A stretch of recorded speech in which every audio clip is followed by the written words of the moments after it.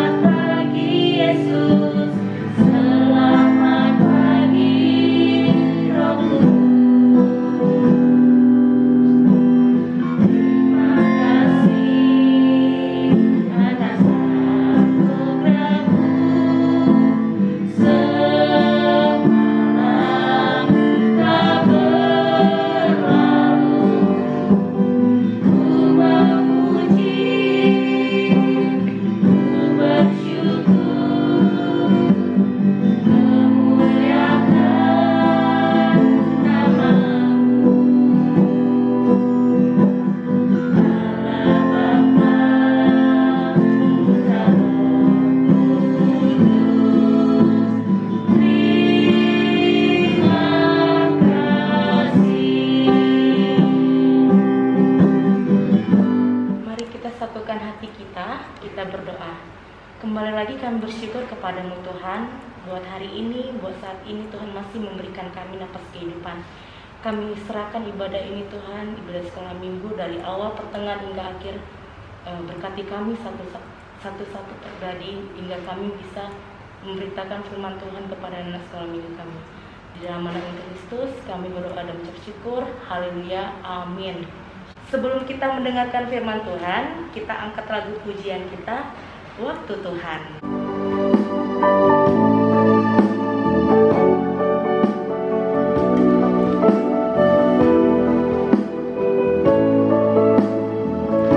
Kita nyanyi sama-sama ya. Engkau izinkan sesuatu terjadi. Ku percaya semua untuk kebaikan.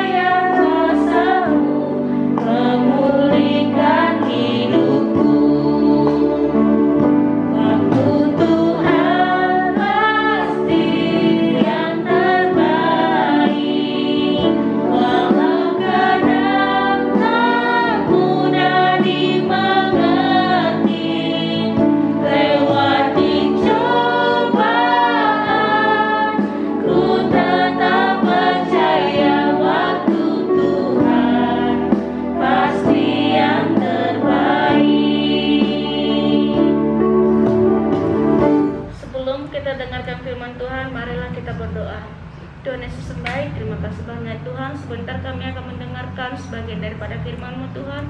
Berkati kami, guru-guru yang menyampaikan firman-Mu, agar adik-adik dapat memahami firman-Mu yang akan kami sampaikan. Terima kasih banyak Tuhan Yesus, amin. Ya, adik-adik sekolah minggu, tema kita minggu ini dibangkitkan bersama Kristus, yang terambil dari Kolose 3 ayat 1 sampai 4. Sebentar kakak akan bacakan ya isi teks Alkitabnya. Kolose 3 ayat 1 sampai 4. Karena itu, kalau kamu dibangkitkan bersama dengan Kristus, carilah perkara yang di atas, di mana Kristus ada duduk di sebelah kanan Allah. Pikirkanlah perkara yang di atas, bukan yang di bumi. Sebab kamu telah mati dan hidupmu tersembunyi bersama dengan Kristus di dalam Allah. Apabila Kristus yang adalah hidup kita menyatakan diri kelak, kamu pun akan menyatakan diri bersama Dia di dalam kemuliaan. Demikian firman Tuhan. Kakak akan menjelaskan teks Alkitab. Nah, minggu lalu kita baru saja merayakan Paskah kan adik-adik. Nah, walaupun kita merayakan Paskah di rumah masing-masing, tapi kita semua dapat menikmati arti Paskah. Nah, sebuah perayaan yang memperingati kebangkitan Tuhan Yesus. Peringatan itu menjadi tanda bahwa kita sebagai orang percaya telah dimenangkan dalam kuasa dosa dan menerima anugerah keselamatan. Dalam pembelajaran saat ini, kita mau diajak untuk memahami lebih lagi tentang arti kebangkitan bersama Kristus. Hal itu seperti yang dijelaskan dalam surat Rasul Paulus pada jemaat di Kolose yang menjadi nats kita di minggu ini. Nah, sebagai jemaat yang baru menerima Injil, Paulus perlu menyampaikan tentang kebangkitan Kristus pada jemaat di Kolose. Kebangkitan yang bukan sekedar suatu cerita tetapi perlu dimaknai di dalam kehidupan jemaat pada saat itu.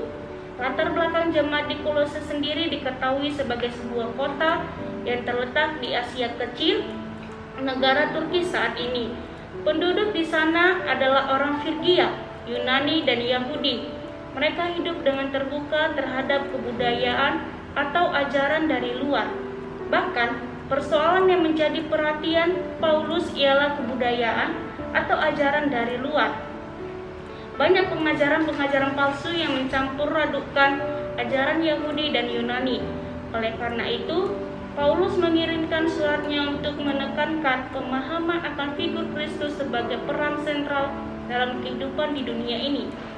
Paulus menginginkan jemaat di Kolose menjadi Kristus sebagai kepala gereja dan juru selamat dalam kehidupan mereka. Salah satu pesan itu terdapat dalam nats kita saat ini, yaitu berisi tentang nasihat untuk jemaat supaya pesan itu terdapat dalam nats kita saat ini. Mereka dapat memahami arti kebangkitan Kristus yang mereka imani sebagai Tuhan. Nah, jadi di dalam teks kita dibangkitkan bersama Kristus ini adik-adik, ada 3 tujuan pembelajaran. Yang pertama yaitu, apa arti dari kebangkitan bersama Kristus? Coba adik-adik pikirkan, kebangkitan bersama Kristus. Artinya, kebangkitan Kristus adalah anugerah dari Allah yang diberikan pada jemaat untuk mereka mendapatkan kehidupan yang mulia dan kekal. Yang kedua, mendaftarkan ciri hidup orang yang dibangkitkan bersama Kristus sesuai teks. Nah, artinya cara hidup mereka perlu seturut dengan kehendak Allah. Mereka tidak menjadikan dunia ini sebagai sumber kekuatan, melainkan hanya pengharapan Kristus saja. Yang ketiga, mengungkapkan tekad untuk senantiasa hidup dalam kemuliaan sebagai orang yang dibangkitkan bersama dengan Kristus. Nah, artinya kita perlu menyadari sehebat apapun yang diberikan dunia, tetapi tidak ada yang dapat menjamin keselamatan hidup manusia. Nah, adik-adik pasti belum bisa memahami ya firman kita untuk minggu ini, dan akan dijabarkan oleh koordinator kita, Inang Manik. Iya. Shalom anak-anak sekolah minggu yang Inang kasih. Shalom. Iya. Kita udah 1 bulan tidak berjumpa. Tentu kita semua rindu bukan untuk beribadah. Rindu Inang. Iya, tadi Kak Ita sudah menjabarkan tentang firman kita kali ini, yaitu dibangkitkan bersama dengan Kristus. Dan tadi diambil dari Kolose berapa tadi Kak? 3 Kolose 3 ayat 1 sampai 4. Iya, dalam Kolose 3 tadi di ayat 3 tadi kan coba kalau dia ayat 3 tadi tentang perkara-perkara di atas. Coba Kak Ita bisa Pikirkanlah dibacakan? perkara yang di atas, bukan yang di bumi. Sebab kamu telah mati, di hidupmu tersembunyi bersama dengan Kristus di dalam Allah. Iya, perkara-perkara di atas bukan di bumi. Artinya perkara-perkara yang ada di surga. Iya. Jadi kita sudah mempelajari juga semai. Apakah semai? Surga, manusia, Allah, Yesus, iman. Iya, masih ingat kan dengan semai? Anak-anak Tuhan pasti, anak sekolah minggu GKPI pasti masih mengingat satu persatu. Jadi itulah yang diinginkan Tuhan, supaya kita lebih mengenal pribadi Tuhan, supaya kita mengenal apa yang perkara-perkara yang ada di surga. Jadi Tuhan inginkan kita bisa lebih dekat lagi kepada Tuhan, kita bisa lagi mengenal Tuhan secara pribadi, yaitu dengan cara kita harus rajin apa ya? Berdoa, apalagi Baca Alkitab, Alkitab, apalagi Kak? beribadah, bersaksi, bersekutu. Itu 5B. 5B. Ya, 5B. Jadi itulah yang diinginkan Tuhan. Jadi kita di dalam melaksanakan semai yang diinginkan Tuhan supaya kita mengetahui perkara-perkara yang di surga sana, kita pasti ada iblis yang ingin mendekati kita selalu ya. Iblis itu ingin selalu menggoda kita untuk melakukan perkara-perkara yang ada di bumi, yaitu seperti apa? Ya, seperti mencuri lah, apalagi seperti hukum Taurat. Iya kan, kita kan dilarang apa? Jangan mencuri katanya. Jadi jangan membunuh, Saksi dusta. jangan bersaksi dusta. Yang nomor pertama apa? Jadi yang pertama itu Akulah Tuhan Allahmu, Iya. seru Tuhan kita. Tidak boleh ada Allah lain kecuali aku. nah itu. Jadi kita tidak boleh menduakan Tuhan, dan juga kita tidak boleh menyedihkan roh Tuhan ya. Jadi kita harus melakukan perkara-perkara yang di surga. Jadi kita juga tetap kita ini bagaimana iblis selalu ingin merongrong kita melalui permainan-permainan duniawi seperti gadget juga ya. Jadi kita di sini diajarkan sama Tuhan Yesus, kita tetap harus disiplin supaya berlatih, berdoa, selalu berjaga-jaga supaya iblis jangan selalu menang untuk merongrong kita. Jadi Tuhan itu begitu baiknya memperlengkapi kita dengan perlengkapan senjata rohani, senjata Allah, yaitu apa itu? Berikat pinggang kan kebenaran, kan ada itu berbaju cirah kan keadilan. Kita disuruh kaki kita berkasutkan kerelaan hati untuk memberitakan Injil. Jadi kita harus memberitakan Injil. Itu yang diinginkan sama Tuhan. Baru kita ada ketopong. Ketopong itu apa? Seperti helm keselamatan. Jadi ada juga pedang roh, yaitu firman Tuhan. Jadi kita harus selalu mendengarkan firman Tuhan. Jadi walaupun COVID seperti ini yang mewabah, yang membuat kita tidak dapat beribadah ke gereja, tapi anak-anak harus tetap rajin beribadah ke sekolah minggu. Walaupun dia beribadah di rumah, dengarkanlah bagaimana orang tua mengajari kita. Dan ini kita sudah memulai beribadah bersama walaupun melalui WA. Jadi anak-anak Tuhan tetaplah harus rajin berdoa ya. Rajin juga baca firman Tuhan. Berjaga-jagalah setiap waktu. Kalau kita tidak siap, pasti mudah diserang oleh si iblis. Jadi kebangkitan bersama Yesus dapat diwujudkan di dalam kehidupan melalui sikap dan perbuatan yang berkenan kepada Allah, Tuhan Allah ya. Jadi kita harus merenungkan firman Allah, melaksanakan. Janganlah kita membuat hal-hal yang membuat hati Tuhan bersedih. Jadilah kita menjadi anak-anak kesukaan Tuhan, anak-anak menjadi pribadi yang selalu dikagumi dan selalu mengimani Tuhan yang luar biasa sebagai Tuhan dan Juru Selamat kita. Ya, demikian Kak Ita untuk tambahan dari Kak Ita tadi. Kita bersatu di dalam doa. Bapa di surga, terima kasih untuk hari ini. Kami sudah sama-sama mendengarkan firman Tuhan. Kiranya berkati oleh Bapa firman Tuhan, supaya anak-anak juga diperlengkapi dengan senjata Allah, senjata rohani. Juga Tuhan, bahwa kebangkitan itu Tuhan Yesus itu adalah begitu sungguh-sungguh luar biasa. Segalanya Tuhan, sia-sia Tuhan tanpa kebangkitan-Mu. Karena itu Tuhan Yesus, kami juga diajarkan untuk selalu mengimani dan selalu berdoa. Tuhan Yesus, selalu mendengarkan firman-Mu, supaya kami Tuhan selalu dekat kepada-Mu ya Bapa. Terima kasih ya Bapa, firman-Mu untuk pagi hari ini. Berkatilah anak-anak kami dimanapun berada, orang tua kami juga Tuhan, kami semua guru-guru sekolah minggu. Jauhkanlah kami ya Bapa dari virus pandemi yang saat ini begitu membelenggu kami, membuat kami satu sama lain tidak bisa bertemu untuk beribadah di gereja. Kami merindukan Tuhan untuk bersama-sama beribadah. Karena itu Tuhan Yesus, kiranya Engkau berikanlah hikmat bijaksana kepada pemimpin-pemimpin kami, pada pemerintah kami Tuhan Yesus, supaya mereka bisa berpikir bagaimana untuk memberikan vaksin, menemukan obat yang sesuai Tuhan Yesus, agar pandemi ini bisa segera berakhir. Terimalah ya Bapa doa permohonan kami ini di dalam nama anak-Mu Tuhan Yesus Juru Selamat kami yang hidup. Amin. Oke, kita angkat lagu pujian kita, Yesus Bangkit. Adik-adik masih ingat kan lagunya? Masih. Ya, kita angkat bersama-sama ya. Yesus bangkit.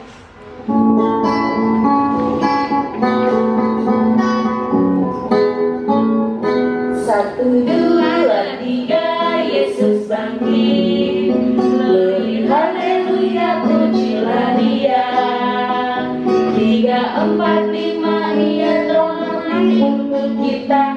5, 6, 7, kasih-Nya tangguh. 8, 9, 10, mari kita sembah dan sujud. 1, 2, 3, 4, 5, 6, 7, 8, 9, dan Yesus bangkit. Glory, haleluya, pujilah Dia. Kita angkat sekali lagi ya. 1, 2, 3, Yesus bangkit. Glory, haleluya, pujilah Dia. 3, 4, 5, Ia telah mati untuk kita. 5, 6, 7, kasih-Nya tangguh. 8, 9, 10, mari kita sembah dan sujud. 1, 2, 3, 4, 5, 6, 7, 8, 9, dan Yesus bangkit. Glory, haleluya, pujilah Dia. Oke, sebelum kita tutup firman ibadah kita ini, marilah kita berdoa yang diajarkan oleh Bapa kita, doa Bapa kami. Bapa kami yang di surga, dikuduskanlah nama-Mu, datanglah kerajaan-Mu, jadilah kehendak-Mu di bumi seperti di surga. Berilah kami pada hari ini makanan kami yang secukupnya, dan ampunilah kami akan kesalahan kami, seperti kami juga mengampuni orang yang bersalah kepada kami. Dan janganlah membawa kami ke dalam pencobaan, tetapi lepaskanlah kami daripada yang jahat. Karena Engkau yang punya kerajaan dan kuasa dan kemuliaan sampai selama-lamanya. Amin. Selamat hari Minggu. Selamat hari Minggu. Adik-adik semua. Tuhan berkati kita Selamat semua.